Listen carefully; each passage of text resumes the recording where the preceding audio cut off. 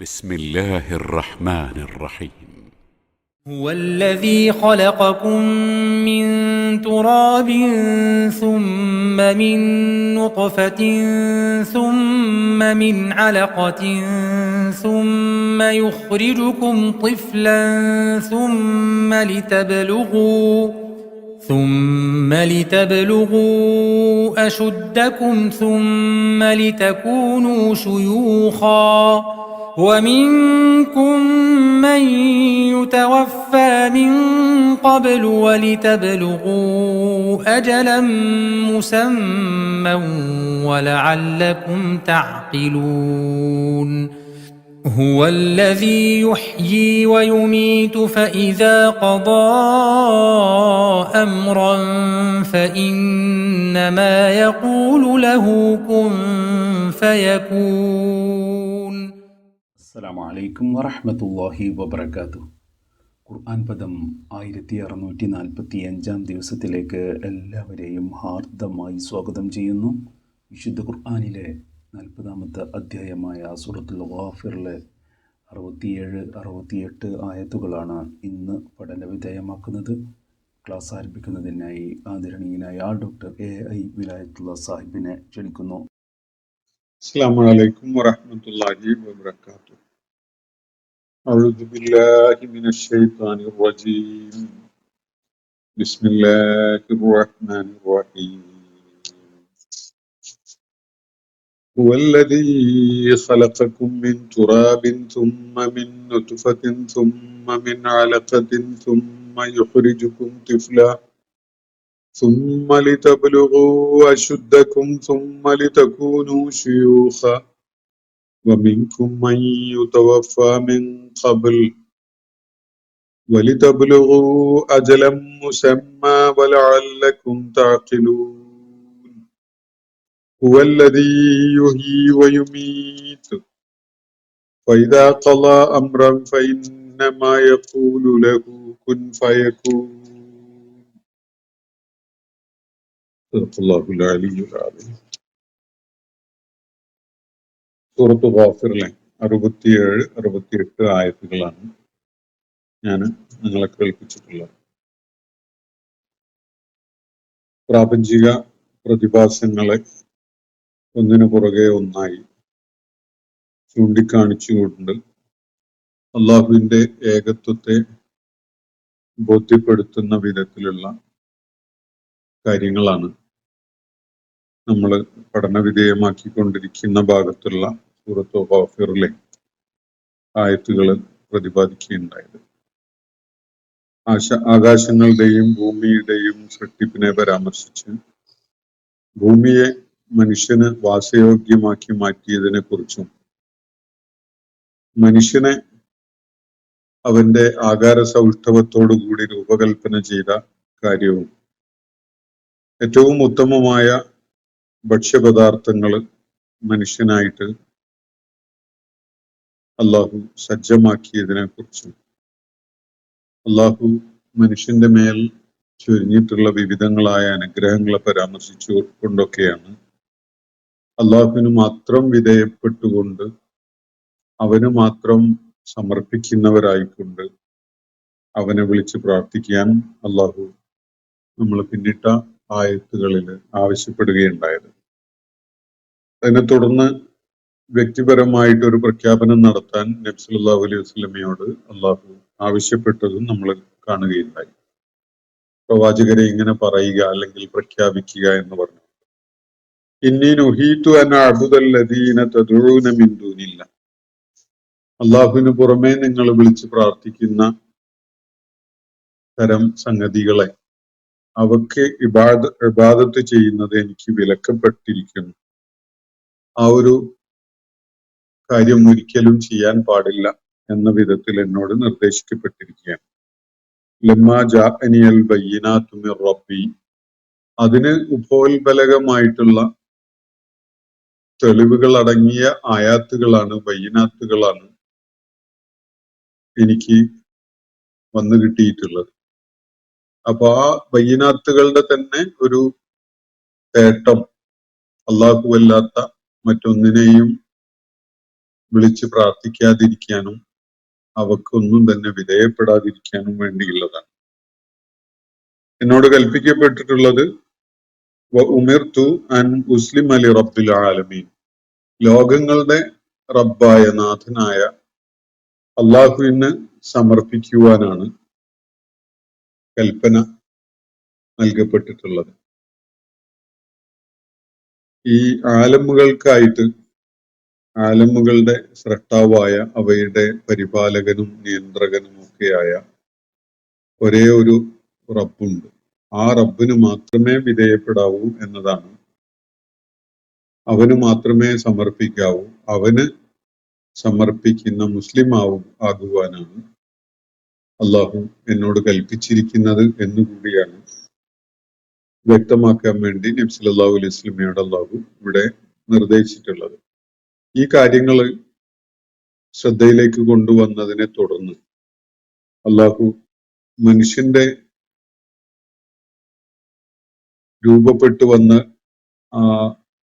അവന്റെ വിവിധ ഘട്ടങ്ങൾ, മനുഷ്യ ജീവിതത്തിന്റെ വിവിധ ഘട്ടങ്ങളെ പരാമർശിച്ചുകൊണ്ടാണ് ചില കാര്യങ്ങൾ, അതിന്റെ ലക്ഷ്യം എന്താണ്, അതിന്റെ ദൈവികമായ ഉദ്ദേശം എന്താണ് എന്നത് വ്യക്തമാക്കുന്ന വിധത്തിൽ തുടർന്ന് ഇന്ന് ഞാൻ നിങ്ങളെ കേൾപ്പിച്ച ആയത്തുകളിലായിട്ട് അള്ളാഹു വിവരിക്കുന്നത്, ഹുവല്ലദീ ഖലഖകും മിൻ തുറാബ്, മണ്ണിൽ നിന്ന് നിങ്ങളെ സൃഷ്ടിക്കുകയുണ്ടായത് അവനാണ്.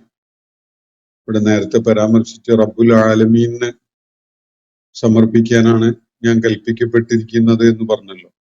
ആ റബ്ബുൽ ആലമീനെ പരാമർശിച്ചുകൊണ്ടാണ് പറയുന്നത്, ഹുവല്ലദീ ഖലഖകും, അവനാണ് നിങ്ങളെ സൃഷ്ടിക്കുകയുണ്ടായത്, മിൻ തുറാബ്, മണ്ണിൽ നിന്ന് സൃഷ്ടിച്ചത്.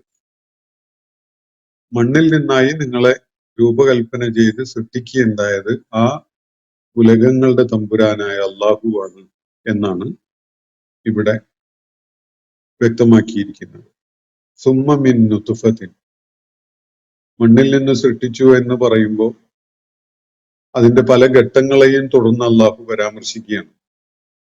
മണ്ണിൽ നിന്ന് എന്ന് മാത്രം മനസ്സിലാക്കി അവസാനിപ്പിക്കേണ്ട, നിങ്ങളുടെ രൂപപ്പെട്ടു വരുന്നതിന് പല ഘട്ടങ്ങളും ഉണ്ടായിരുന്നു. ആ ഘട്ടങ്ങളിലൂടെയൊക്കെയായി നിങ്ങളെ കടത്തിക്കൊണ്ടുവന്നത് അള്ളാഹുവാണ്. ആ അള്ളാഹുവിന് വിധേയപ്പെടണം, അവന് സമർപ്പിക്കണം എന്നാണ് ഇവിടെ നിർദ്ദേശിക്കപ്പെട്ടിരിക്കുന്നത്. അപ്പോ ഹുവല്ലദീ ഖലഖകും മിൻ തുറാബ്, മണ്ണിൽ നിന്നായി നിങ്ങളെ സൃഷ്ടിക്കുകയുണ്ടായത് അവനാണ്. സുമ്മ മിൻ നുത്ഫത്തിൻ, പിന്നെ നിങ്ങളുടെ സൃഷ്ടിപ്പിന്റെ മറ്റൊരു ഘട്ടമായിട്ട് നിങ്ങൾക്ക് കാണാൻ കഴിയുക നുത്ഫത്താണ്, രേതസ്കണം ആണ്, ഇന്ദ്രിയത്തുള്ളിയാണ്. ഈ നുത്ഫയിൽ നിന്നാണ് മറ്റൊരു ഘട്ടത്തിൽ നിങ്ങൾക്ക് അവൻ രൂപകൽപ്പന നൽകിയിട്ടുള്ളത്. സുമ്മ മിൻ അലഖത്തിൻ, അതിനെ തുടർന്ന് പിന്നെ നിങ്ങളുടെ രൂപീകരണം, അവന്റെ ഇടപെടല് നടക്കുന്ന മറ്റൊരു ഘട്ടം അലഖത്താണ്. അലഖത്ത് എന്ന് പറഞ്ഞ എംബ്രിയോ എന്ന് പറയുന്നു. ഗർഭസ്ഥ അവസ്ഥയിലേക്ക് എത്തുന്നതിന്റെ ആദ്യഘട്ടം സൂചിപ്പിക്കുന്ന, ഗർഭപാത്രത്തില് ഒട്ടിപ്പിടിച്ച് തൂങ്ങി നിൽക്കുന്ന രൂപത്തിലുള്ള നുത്ഫ കൂടിക്കലർന്ന അംശാജ് എന്ന് ഖുർആൻ ഒരിടത്ത് പരാമർശിക്കുന്നുണ്ട്. സ്ത്രീയുടെയും പുരുഷന്റെയും സ്രവങ്ങൾ, പ്രജനന സ്രവങ്ങൾ കൂടിച്ചേർന്നുണ്ടാവുന്ന ആ ഒരു എൻറ്റിറ്റി, അതാണ് ഗർഭപാത്ര ഭിത്തിയിൽ പറ്റിപ്പിടിച്ച് നിൽക്കുന്നത്. അതിനെയാണ് അലഖ എന്നിവിടെ പരാമർശിക്കുന്നത്. പഴയകാലത്ത് രക്തപിണ്ഡം എന്നൊക്കെ ആളുകൾ അർത്ഥം നൽകാറുണ്ടായിരുന്ന ഒരു പദമാണ്. അത് മനുഷ്യന്റെ ആ ഘട്ടത്തിലുള്ള ഈ എംബ്രിയോളജി സംബന്ധമായ അറിവില്ലായ്മയുടെ ഒരു ഘട്ടത്തിൽ തെറ്റായി നൽകിയിരുന്ന ഒരു അർത്ഥമാണ്. അറബി ഭാഷയിൽ ഈ പദത്തിന് അലഖത്ത് എന്നതിന് അങ്ങനെ രക്തപിണ്ഡം എന്ന അർത്ഥസൂചന നൽകുന്ന യാതൊന്നും അതിലില്ല. എന്നല്ല, അതിന്റെ റൂട്ട് മീനിങ് പരിശോധിക്കുമ്പോൾ അതിങ്ങനെ തൂങ്ങിക്കിടക്കുന്നത്, പറ്റിപ്പിടിച്ചു നിൽക്കുന്നത് എന്നൊക്കെയുള്ള അർത്ഥമാണ് അതിന് ലഭിക്കുക. അപ്പോ ആ ഒരു ഘട്ടത്തില് നിങ്ങളുടെ സെട്ടിപ്പില് അങ്ങനെ ഒരു ഘട്ടത്തിലൂടെ നിങ്ങളെ കടത്തിവിട്ടത് അവനാണ്. സുമ്മ യുഖ്രിജുക്കും തിഫ്ല, പിന്നീട് അവൻ നിങ്ങളെ ഒരു ശിശുവായിട്ട് പുറത്തു കൊണ്ടുവരികയും ചെയ്യുന്നു. ഇതൊക്കെയും ചെയ്തിട്ടുള്ള അള്ളാഹുവാണ്. ഈ അലഖ എന്ന സ്റ്റേജ് എത്തി പിന്നെ തിഫിലായിട്ട് മാറുന്നതിനിടയ്ക്ക് ഒരു ഘട്ടവും ഇല്ല എന്നല്ല. വിശുദ്ധ ഖുർആനിൽ അത് പലയിടങ്ങളിലായിട്ട് പരാമർശിക്കുന്നുണ്ട്. മുളകത്താവുന്നതും പിന്നെ രൂപം നൽകപ്പെടുന്നതും അതുപോലെ ജീവന്റെ തുടിപ്പ് ഉണ്ടായി തുടങ്ങുന്നതും ഒക്കെ പല ഘട്ടങ്ങളിലായിട്ട് സംഭവിക്കുന്നത് ഖുർആൻ പരാമർശിക്കുന്നുണ്ട്. ഇവിടെ ഇത്രയേ പറയുന്നുള്ളൂ എന്ന് നമുക്ക് മനസ്സിലാക്കാൻ സാധിക്കുകയുള്ളൂ. ഹുവല്ലദീ ഖലഖക്കും മിൻ തുറാബിൻ സുമ്മ മിൻ നുത്ഫത്തിൻ സുമ്മ മിൻ അലഖത്തിൻ സുമ്മ യുഖ്രിജുക്കും തിഫ്ല, പിന്നെ ഒരു തിഫ്ലായിട്ട്, ഒരു ശിശുവായിട്ട് നിങ്ങളെ അവൻ പുറത്തു കൊണ്ടുവരികയും ചെയ്യുന്നു. എന്നിട്ടോ അവിടെയും മനുഷ്യന്റെ പ്രയാണം തുടങ്ങിയിട്ടേ ഉള്ളൂ, അവസാനിച്ചിട്ടില്ല. സുമ്മലി തബ്ലുഗു അശുദ്ധക്കും, പിന്നെ നിങ്ങൾ കരുത്ത് നേടുന്ന വിധത്തിൽ ആ ഒരു ഘട്ടത്തിലേക്ക് ശക്തിയും കരുത്തും ഒക്കെ ഉള്ള ഒരു വളർച്ച എത്തിയ ഒരു മനുഷ്യനായിട്ട്, ഒരു യുവാവോ യുവതിയോ ഒക്കെ ആവുന്ന ഒരു ഫേസിലേക്ക് നിങ്ങളെ അവൻ വളർത്തിക്കൊണ്ടുവരുന്നു. സുമ്മലി തബ്ലുഗു അശുദ്ധക്കും. അപ്പൊ അള്ളാഹുവിന്റെ മേൽനോട്ടത്തിലാണ് ഈ ഘട്ടങ്ങളിലൂടെയൊക്കെയും ഒരു മനുഷ്യ ശിശു അല്ലെങ്കിൽ മനുഷ്യന്റെ ഒരു എൻറ്റിറ്റി കടന്നു പോകുന്നത്. അങ്ങനെ കരുത്താർജിക്കുന്ന, കരുത്തും അതുപോലെ പ്രാപ്തിയും വളർച്ചയും ഒക്കെ നേടിയ ഒരു ഘട്ടം എത്തുവോളം അവൻ നിങ്ങളെ പരിചരിച്ച് പരിപാലിച്ച് വളർത്തിക്കൊണ്ടുവരുന്നു. സുമ്മലി തക്കൂനു ശുയൂഖ, എന്നാലോ അവിടെയും അള്ളാഹു അവസാനിപ്പിച്ചിട്ടില്ല. അള്ളാഹുവിന്റെ മേൽനോട്ടം, അള്ളാഹുവിന്റെ ശ്രദ്ധയും പരിഗണനയും ഒക്കെ യുവാവായി കരുത്ത് നേടി വലിയ ശക്തനായി എന്നൊരവസ്ഥ എത്തുന്നതോടെ അവസാനിച്ചു എന്നല്ല. പിന്നീട് സുമ്മലി തക്കൂനു ശുയൂഖ, നിങ്ങൾ വാർദ്ധക്യത്തിലേക്ക് എത്തുന്ന ഒരു വൃദ്ധനായി മാറുവോളം, നിങ്ങൾ വാർദ്ധക്യം പ്രാപിക്കുന്നത് വരെയും അവന്റെ ശ്രദ്ധയിലും മേൽനോട്ടത്തിലും തന്നെയാണുള്ളത്. വമിൻകും മൻ യുതവഫ മിൻ ഖബൽ, നിങ്ങളുടെ കൂട്ടത്തിൽ അത് ആ ഘട്ടം എത്തുന്നതിന് മുമ്പ് തന്നെ മരിച്ചു പോകുന്നവരുണ്ട്. വമിൻകും മൻ യുതവഫ, യുതവഫ എന്ന പദത്തിന്റെ അർത്ഥം ആലങ്കാരികമായിട്ട് നമ്മൾ മരിച്ചു പോവുക എന്ന് പറയുമെങ്കിലും ആ പദം നൽകുന്ന അടിസ്ഥാനപരമായ അർത്ഥസൂചന പൂർണ്ണമായി ഏറ്റെടുക്കപ്പെടുക എന്നാണ്. അള്ളാഹു നിങ്ങളെ പൂർണ്ണമായി അങ്ങ് ഏറ്റുവാങ്ങുന്നു. നിങ്ങളുടെ ആ അവസ്ഥയിൽ നിന്ന് മരിപ്പിച്ചുകൊണ്ട് അവൻ നിങ്ങളങ്ങ് ഏറ്റുവാങ്ങുന്നു എന്നാണ് ആ പദത്തിന്റെ. വഫാത്ത് എന്ന വാക്ക് മരണം എന്നാണ് പൊതുവെ നമ്മൾ മനസ്സിലാക്കാറുള്ളത്. പക്ഷെ അത് വരുന്നത് വഫ എന്ന റൂട്ടിൽ നിന്നാണ്. അത് തികവ്, പൂർണ്ണത എന്നൊക്കെയാണ് ആ പദത്തിന്റെ അടിസ്ഥാന ഭാഷാപരമായിട്ടുള്ള അർത്ഥം. അപ്പോ വമിൻകും മൻ യുതവഫ മിൻ ഖബൽ, അതിനു മുമ്പ് പൂർണ്ണമായി അള്ളാഹു ഏറ്റുവാങ്ങുന്ന, ഏറ്റെടുക്കപ്പെടുന്ന വിധത്തിൽ നിങ്ങളിൽ പലരും ഉണ്ടാവും. നിങ്ങളിൽ പലരെയും അവൻ അതിനു മുമ്പ് തന്നെ ഏറ്റെടുക്കുന്നു, ഏറ്റുവാങ്ങുന്നു, അല്ലെങ്കിൽ മരിപ്പിക്കുന്നു. ഇവിടെ ഏതിനു മുമ്പ് എന്ന ന്യായമായൊരു ചോദ്യമുണ്ട്. അത് ഞാൻ മനസ്സിലാക്കുന്നത് ഈ ഓരോ ഘട്ടത്തെയും പരാമർശിച്ചുകൊണ്ട് അത് മനസ്സിലാക്കാവുന്നതേ ഉള്ളൂ. നിങ്ങൾ വൃദ്ധന്മാരാവുന്നതിന് മുമ്പായി എന്ന് മനസ്സിലാക്കാം, അതല്ലെങ്കിൽ നിങ്ങൾ യൗവനത്തിന്റെ കരുത്തും ശക്തിയും പ്രാപിക്കുന്നതിന്റെ മുമ്പായി എന്ന് മനസ്സിലാക്കാം. ഒരു ശിശുവായിട്ട് മാതാവിന്റെ ഗർഭപാത്രത്തിൽ നിന്ന് പുറത്തു വരുന്നതിന് മുമ്പായിട്ട് എന്നും മനസ്സിലാക്കാം. കാരണം ഈ മനുഷ്യ ശിശുവിന്റെ ഫോർമേഷന്റെ ഘട്ടം മുതൽ അവന്റെ ഏറ്റവും ദുർബലനായി മാറുന്ന വാർദ്ധക്യത്തിന്റെ ഘട്ടം വരെയുള്ള ഏത് സ്റ്റേജിലും മനുഷ്യൻ തിരിച്ചു വിളിക്കപ്പെടുന്നുണ്ട്. പ്രസവിക്കുന്നതിന് മുമ്പ്, കുഞ്ഞിനെ പ്രസവിക്കുന്നതിന് മുമ്പ് ഗർഭസ്ഥ അവസ്ഥയിൽ ശിശു മരിച്ചു പോകുന്നുണ്ട്. ജീവൻ തുടിച്ചു തുടങ്ങിയതിന് ശേഷം തന്നെ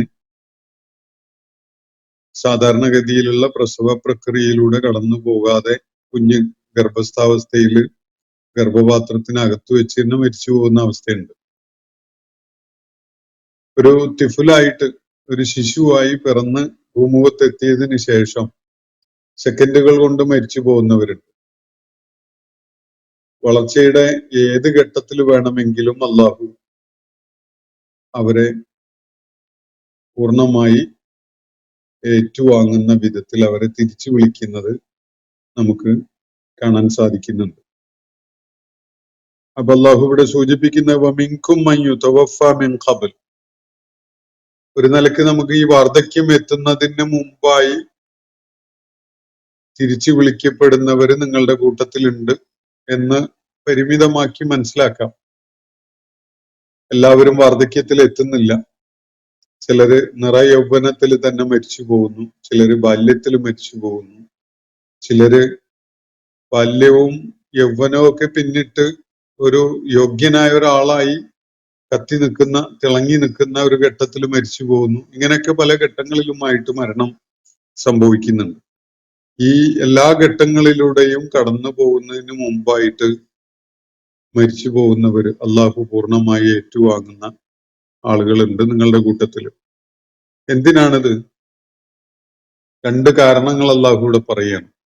വലി തബ്ലുഹു അജലം മുസമ്മ, നിങ്ങൾ ഒരു നിർണിതമായ അവധി പ്രാപിക്കുന്നതിന് വേണ്ടിയാണ്, പ്രാപിക്കുന്നത് വരെ നിങ്ങളുടെ ആ പ്രയാണം നടക്കണം എന്നതാണ് അള്ളാഹുവിന്റെ തീരുമാനം. അതിനാലാണ് അള്ളാഹു നിങ്ങളെ തിരിച്ചു വിളിക്കുന്ന, നിങ്ങളെ തിരിച്ചു പിടിക്കുന്ന, തിരികെ കൊണ്ടുപോകുന്ന ഒരു ഘട്ടം നേരത്തെ നിശ്ചയിച്ചിട്ടുള്ളതാണ്.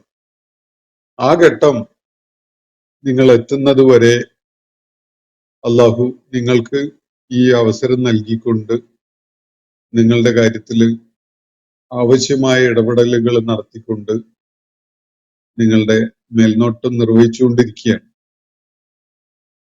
അത് അള്ളാഹുവിന്റെ ഒരു തീരുമാനമാണ്. അത് നടപ്പിലാക്കപ്പെടുന്നതിന് വേണ്ടിയാണ് അങ്ങനെ എന്ന് മനസ്സിലാക്കാം. അതേപോലെ തന്നെ പറയുന്ന വലഅല്ലക്കും തഅഖിലൂൻ, നിങ്ങൾ അഖ്ല് ഉപയോഗിക്കുന്നവരാകുന്നതിന് വേണ്ടിയാണ് എന്നും പറയുന്നു. നിങ്ങൾ നിങ്ങളുടെ ബുദ്ധിപരമായ വൈഭവങ്ങൾ, കഴിവുകൾ പ്രയോജനപ്പെടുത്തി കാര്യങ്ങളെ ആലോചിച്ച് മനസ്സിലാക്കുന്നവരാകുന്നതിന് വേണ്ടിയാണ്. അപ്പൊ മനുഷ്യ സൃഷ്ടിപ്പിന്റെയും അവന്റെ ജീവിത പ്രയാണത്തിന്റെ പല ഘട്ടങ്ങളിലൂടെയായി, ഒന്നിനു പുറകെ ഒന്നായി പല ഘട്ടങ്ങളിലൂടെ കടന്നു പോകുന്നതിന്റെയും താല്പര്യം, ദൈവികമായിട്ടുള്ള ലക്ഷ്യം ഈ രണ്ട് കാര്യങ്ങളാണ് അള്ളാഹു ഇവിടെ പറയുന്നത്. ഒന്ന്, നിങ്ങൾക്കായി അള്ളാഹു ഒരു അജല് വെച്ചിട്ടുണ്ട്. ആ അജല് നിങ്ങൾ പ്രാപിക്കുന്നതിന് വേണ്ടിയാണ്. അത് അള്ളാഹുവിന്റെ മാത്രം ഒരു തീരുമാനവും അവന്റെ ഇച്ഛയുടെ മാത്രം ഒരു റിഫ്ലക്ഷനുമാണ്.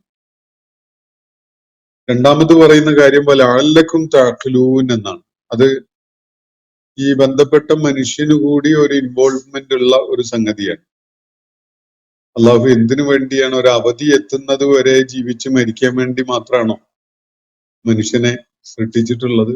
ഈ ഘട്ടങ്ങളിലൂടെയൊക്കെ കടന്നു പോകാൻ മനുഷ്യന് അള്ളാഹു സാഹചര്യം ഒരുക്കിയിട്ടുള്ളത്? അങ്ങനെയല്ല. നിങ്ങൾ ആലോചനാശേഷിയുള്ളവരാണ് എന്നതിനാൽ അത് പ്രയോജനപ്പെടുത്തുന്നതിന് വേണ്ടിയാണ്. അപ്പൊ മനുഷ്യന്റെ അവൻ പിറവിയെടുക്കുന്നത് മുതൽ കരുത്താർജിച്ച് അവന്റെ ശരീരവും മനസ്സും ഒക്കെ വേണ്ട വളർച്ച നേടി കാര്യങ്ങളെക്കുറിച്ച് വിലയിരുത്താനും ആലോചിക്കാനും മനസ്സിലാക്കാനും ചില ബുദ്ധിപൂർവകമായ തീരുമാനങ്ങളിലേക്ക് എത്തുവാനും ഒക്കെ വേണ്ടിയാണ് അള്ളാഹു ഈ ഒരു പ്രക്രിയയിലൂടെ മനുഷ്യനെ കടത്തിവിടുന്നത് എന്നതാണ് ഇവിടെ വ്യക്തമാക്കുന്നത്. അപ്പോ എന്താണ് മനുഷ്യ ജീവിത പ്രയാണത്തിന്റെ ലക്ഷ്യം? അത് ഇവിടെ വളരെ ചുരുങ്ങിയ വിധത്തില് വളരെ ബ്രീഫായിട്ട് സൂചിപ്പിച്ചിരിക്കുകയാണ് അല്ലാഹു. അത് ലഅല്ലക്കും തഅഖിലൂൻ എന്നതാണ്. എന്താണ് നിങ്ങൾ ബുദ്ധി ഉപയോഗിക്കുന്നവരാകുന്നതിന് വേണ്ടി എന്ന് പറഞ്ഞതിന്റെ താല്പര്യം? ഈ പ്രപഞ്ച സംവിധാനത്തിലായിട്ട്, അത് ഇവിടെ പരാമർശിച്ച മനുഷ്യന്റെ പ്രയാണത്തിന്റെ പല ഘട്ടങ്ങളെ കൂടി ഉൾപ്പെടുന്ന ഈ പ്രപഞ്ച സംവിധാനത്തിന്റെ അസംഖ്യം പ്രതിഭാസങ്ങളുണ്ട്. ദൈവിക ദൃഷ്ടാന്തങ്ങളാണവ. അവയെ ബുദ്ധിപരമായി വിലയിരുത്തി മനസ്സിലാക്കുക എന്നതാണ് അള്ളാഹു മനുഷ്യ സൃഷ്ടിപ്പിന്റെ ഒരു താല്പര്യമായിട്ട് ഇവിടെ പറഞ്ഞിരിക്കുന്നത്. ആ മനസ്സിലാക്കലിലൂടെയാണ് മനുഷ്യൻ അവന്റെ ഈ പ്രയാണ ലക്ഷ്യം പ്രാപിക്കുന്നത്, അല്ലെങ്കിൽ അത് നേടുന്നത്. ഇതാണ് ഇവിടെ സൂചിപ്പിക്കപ്പെടുന്നത്. അള്ളാഹുവിന്റെ സാന്നിധ്യം അല്ലെങ്കിൽ അള്ളാഹുവിന്റെ അസ്തിത്വം നമ്മളെ ബോധ്യപ്പെടുത്തി തരുന്ന വിധത്തിലുള്ള അസംഖ്യം പ്രതിഭാസങ്ങളാണ് അള്ളാഹു ഈ പ്രപഞ്ച സംവിധാനത്തില് വിന്യസിച്ച് വെച്ചിട്ടുള്ളത്. മനുഷ്യാസ്തിത്വത്തിലും അതുണ്ട്. ഖുർആൻ അത് വളരെ വ്യക്തമായിട്ട് വേറെ ചിലയിടങ്ങളിൽ പറയുന്നുണ്ട്. സനുരീഹിം ആയാത്തിന ഫിൽ ആഫാഖ് വഫി അൻഫുസിഹിം. നമ്മുടെ ദൃഷ്ടാന്തങ്ങൾ ഈ പ്രപഞ്ച സാകല്യത്തിലും മനുഷ്യരുടെ അസ്തിത്വത്തിലുമായി നാം അവർക്ക് കാണിച്ചു കൊടുത്തുകൊണ്ടേയിരിക്കും എന്നാണ് അള്ളാഹു അവിടെ പറയുന്നത്.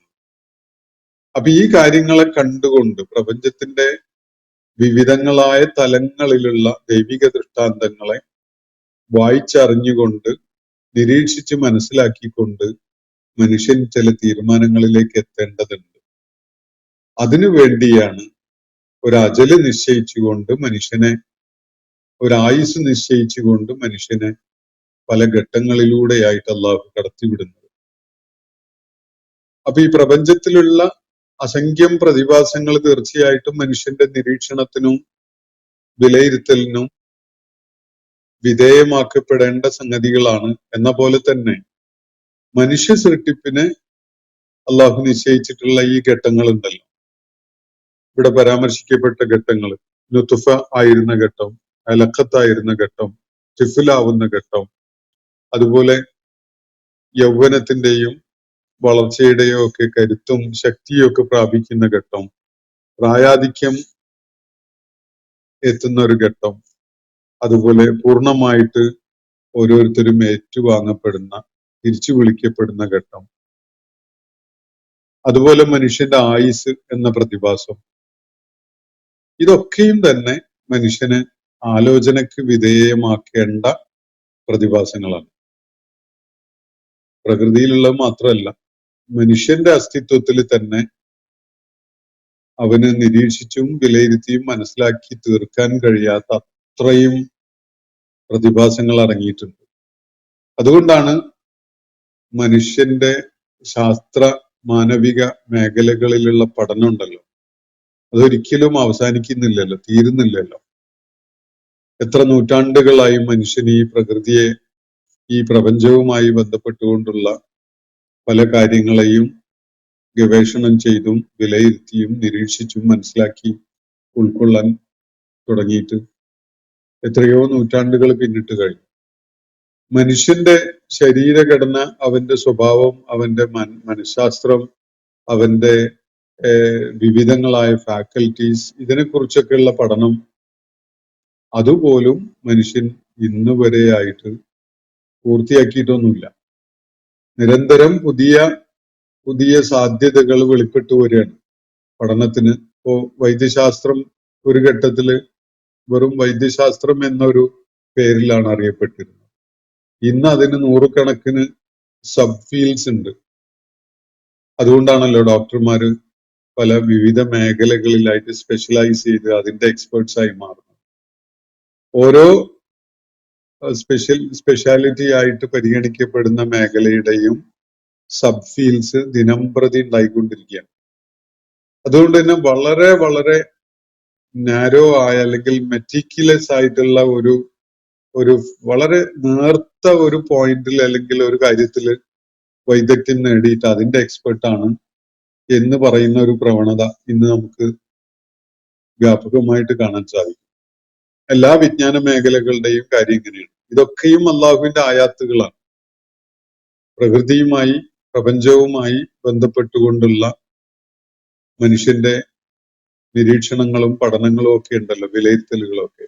അതൊക്കെയും അള്ളാഹുവിന്റെ ആയാത്തുകളെ പഠനം ചെയ്തുകൊണ്ടാണ് മനുഷ്യൻ മുന്നോട്ട് നീങ്ങുന്നത്. അള്ളാഹുവിനെ തിരിച്ചറിഞ്ഞുകൊണ്ട് ബിസ്മി റബ്ബിക്കല്ലദീ ഖലഖ് എന്ന കാര്യം നിർവഹിച്ചുകൊണ്ടാണ് ഒരാള് ആ പഠനം നിർവഹിക്കുന്നതെങ്കിൽ അള്ളാഹു ഇവിടെ പറഞ്ഞ ലഅല്ലക്കും തഅഖിലൂൻ എന്ന് പറഞ്ഞ കാര്യം സാർത്ഥകമാകും, ഫലപ്രദമാകും. അത് ഏറ്റവും ഏറെ പ്രതിഫലാർഹമായ ഒരു കാര്യമായി മാറുകയും ചെയ്യും. അതുകൊണ്ടാണ് വെളിപാടുകളുടെ തുടക്കത്തിൽ തന്നെ അള്ളാഹു പറഞ്ഞു വെച്ചത് ഇഖ്റ ബിസ്മി റബ്ബിക്കല്ലദീ ഖലഖ്. സൃഷ്ടികർമ്മം നടത്തിയ നിന്റെ റബ്ബിന്റെ നാമത്തിൽ തുടങ്ങാൻ വേണ്ടി, വായിച്ചു തുടങ്ങാൻ വേണ്ടി പറയുന്നു. അത് ഒരു ദിശാബോധമാണ്.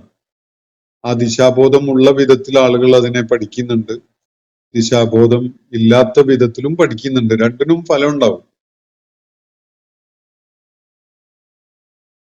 അള്ളാഹുവിനെ തിരിച്ചറിഞ്ഞുകൊണ്ടുള്ള പഠനമാണ് നടത്തുന്നതെങ്കിൽ തീർച്ചയായിട്ടും അത് അതിന്റെ പൂർണ്ണതയുള്ള, അതിന്റെ ഫലം പൂർണ്ണമായിട്ട് നൽകുന്ന ഒരു പ്രക്രിയയായിരിക്കും അത്. അത് തിരിച്ചറിയാതെയാണ് പഠിക്കുന്നതെങ്കിൽ പരിമിതമായ ഭൗതിക താല്പര്യങ്ങളുമായി ബന്ധപ്പെട്ടുകൊണ്ടുള്ള നേട്ടമാണ് മനുഷ്യന് അതിലൂടെ ആർജിക്കാൻ സാധിക്കും. ഇനി തിരിച്ചറിയാതെ മുന്നോട്ട് നീങ്ങുന്നവര് തന്നെയും ആ പ്രക്രിയക്കിടയിൽ വെച്ച് അള്ളാഹുവിന്റെ അസ്തിത്വത്തെ ബോധ്യപ്പെടുന്നവരായി മാറാറുണ്ട്. കാരണം ഇതൊന്നും ഒരു ആസൂത്രകനില്ലാതെ ഒരിക്കലും സംഭവിക്കുകയില്ല എന്ന ഒരു തിരിച്ചറിവ് ആ പ്രയാണത്തിനിടക്ക് മനുഷ്യനുണ്ടാകാം. അപ്പൊ ഇവിടെ അള്ളാഹു മനുഷ്യ സൃഷ്ടിപ്പിന്റെ, മനുഷ്യന്റെ വളർച്ചയുടെ വിവിധ ഘട്ടങ്ങളെ പരാമർശിച്ചുകൊണ്ട് പറയുകയാണ്. എന്തിനാണ് അള്ളാഹു ഈ ഒരു സംവിധാനം ഒരുക്കിയിട്ടുള്ളത്?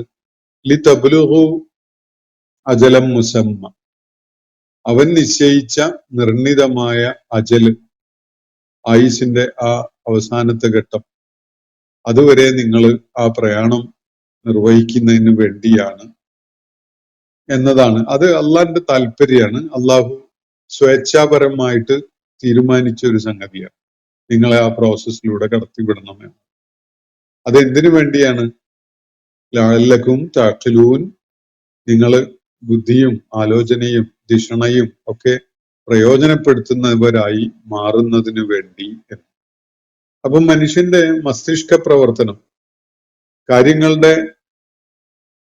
അടിസ്ഥാനപരമായ യാഥാർത്ഥ്യം എന്താണ് എന്നത് തിരിച്ചറിയുന്ന വിധത്തിൽ ആലോചനയുള്ളവരാകുക എന്നതാണ് മനുഷ്യ സൃഷ്ടിപ്പിന്റെ ലക്ഷ്യം തന്നെ. അപ്പോ അടിസ്ഥാനപരമായി എന്താണ് മനുഷ്യൻ നിർവഹിച്ചുകൊണ്ടിരിക്കുന്നത്, നിർവഹിക്കേണ്ടത്? അത് അള്ളാഹുവിന്റെ ആയാത്തുകളെ വായിക്കുക എന്നുള്ളതാണ്. അത് വിശുദ്ധ ഖുർആനിലോ അതുപോലെയുള്ള വേദങ്ങളിലോ ഉള്ളത് മാത്രമല്ല. പ്രപഞ്ച സംവിധാനത്തില് അള്ളാഹു അസംഖ്യം ആയാത്തുകൾ നിരത്തി വെച്ചിട്ടുണ്ട്. അവയൊക്കെയും വായിച്ചു ഉൾക്കൊള്ളുക, വിലയിരുത്തി മനനം ചെയ്യുക, അതിൽ നിന്ന് കാര്യങ്ങൾ ഉൾക്കൊണ്ട് നിലപാടുകൾ രൂപപ്പെടുത്തുക എന്നതാണ്. അതിനുവേണ്ടി അള്ളാഹു ഒരു അവസരം തന്ന് മാറി നിൽക്കുകയാണ്. ഇതാണ് അള്ളാഹുവിടെ സൂചിപ്പിക്കുന്ന കാര്യം. ഹുവല്ലദീ യുഹീ വയുമീത്ത്, എന്നിട്ട് തുടർന്ന് പറയുകയാണ്, അവനാണ് യുഹീ വയുമീത്ത്, ജീവിതം നൽകുന്നതും മരിപ്പിക്കുന്നതും. ഹയാത്ത് നൽകുന്നത് അവനാണ്, അതുപോലെ മൗത്ത് നടപ്പിലാക്കുന്നതും അവനാണ്. ജീവൻ നൽകുന്നത് അള്ളാഹുവാണ്, ജീവിപ്പിക്കുന്നത്. ജീവൻ നൽകുക എന്ന് പറയുമ്പോൾ അതിന്റെ തുടക്കം ആണ്, അത് അതിന്റെ ഒടുക്കം വരെ അടങ്ങിയിട്ടുള്ള ഒരു സംഗതിയാണ് ഹയാത്ത് എന്ന് പറയുന്നത്. അപ്പോ ഒരു മനുഷ്യാസ്തിത്വത്തില് ജീവന്റെ തുടിപ്പ് ഉണ്ടായി തുടങ്ങുന്നത് മുതൽ പിന്നെ ആ ജീവന്റെ തുടിപ്പ് അവസാനിക്കുന്നത് വരെയുള്ള ഒരു പ്രയാണമുണ്ടല്ലോ, അതിന്റെ രണ്ടറ്റങ്ങളാണ് അള്ളാഹു ഇവിടെ സൂചിപ്പിച്ചിട്ടുള്ളത്. യുഹ്യി വയുമീത്തു. ജീവന്റെ തുടിപ്പ് ഒരു അസ്തിത്വത്തിൽ ഉണ്ടാക്കി കൊണ്ടുവരുന്നത് അവനാണ് ജീവിപ്പിക്കുന്നവൻ. അതുപോലെ ജീവന്റെ തുടിപ്പ് അവസാനിപ്പിച്ച് മരിപ്പിക്കുന്നതും അവനാണ്. അതിലൊന്നും വേറെ ആർക്കും പങ്കില്ല. ഫൈദാ ഖളാ അംറ, അവനൊരു കാര്യം നിശ്ചയിച്ചു കഴിഞ്ഞാൽ, തീരുമാനിച്ചു കഴിഞ്ഞാൽ, ഫൈന്നമാ യഖൂലു, അവൻ ഇങ്ങനെ പറയുകയേ വേണ്ടതുള്ളൂ. ആ ആശയത്തോട് അല്ലെങ്കിൽ ആ ആശയത്തെ മുൻനിർത്തിക്കൊണ്ട് അവൻ പറയേണ്ടത് കുൻ, ഭവിക്കട്ടെ, അങ്ങനെ സംഭവിക്കട്ടെ എന്ന് പറയുകയേ വേണ്ടതുള്ളൂ. ഫയഖൂൻ, അത് സംഭവ്യമായിട്ടുണ്ടാകും, അത് സംഭവിച്ചു കഴിഞ്ഞിട്ടുണ്ടാകും.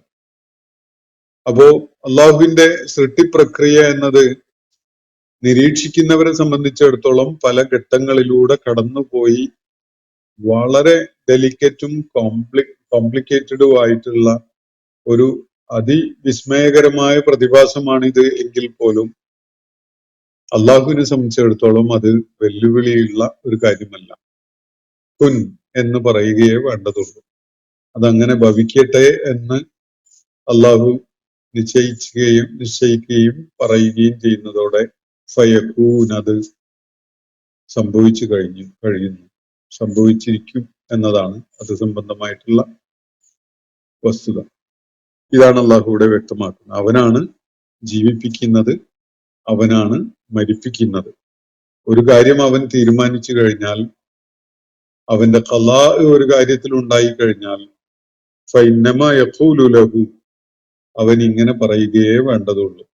കുൻ, ഉണ്ടാവട്ടെ, അങ്ങനെ ഭവിക്കട്ടെ എന്ന് അള്ളാഹു പറയുന്നതോടെ ഫയഖൂൻ, അത് ഉണ്ടായി കഴിഞ്ഞിരിക്കും, അതങ്ങനെ സംഭവിക്കുന്നു എന്നാണ് അള്ളാഹു തുടർന്ന് വ്യക്തമാക്കുന്നത്.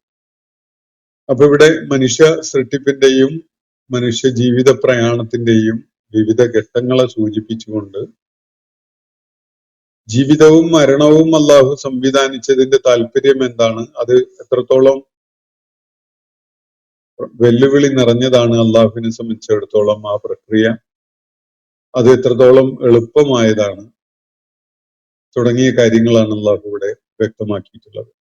അപ്പം മനുഷ്യൻ തീർച്ചയായിട്ടും അവന്റെ ജനനം മുതൽ മരണം വരെയുള്ള ആ പ്രയാണത്തിനിടക്ക് അവന്റെ ബുദ്ധിപരമായ ദൈക്ഷണികമായ കഴിവുകളൊക്കെ വികസിച്ചു വന്ന ഘട്ടത്തിൽ ഈ സംഗതികളെ മുൻനിർത്തിക്കൊണ്ടുള്ള ആലോചനയുള്ളവനാകും.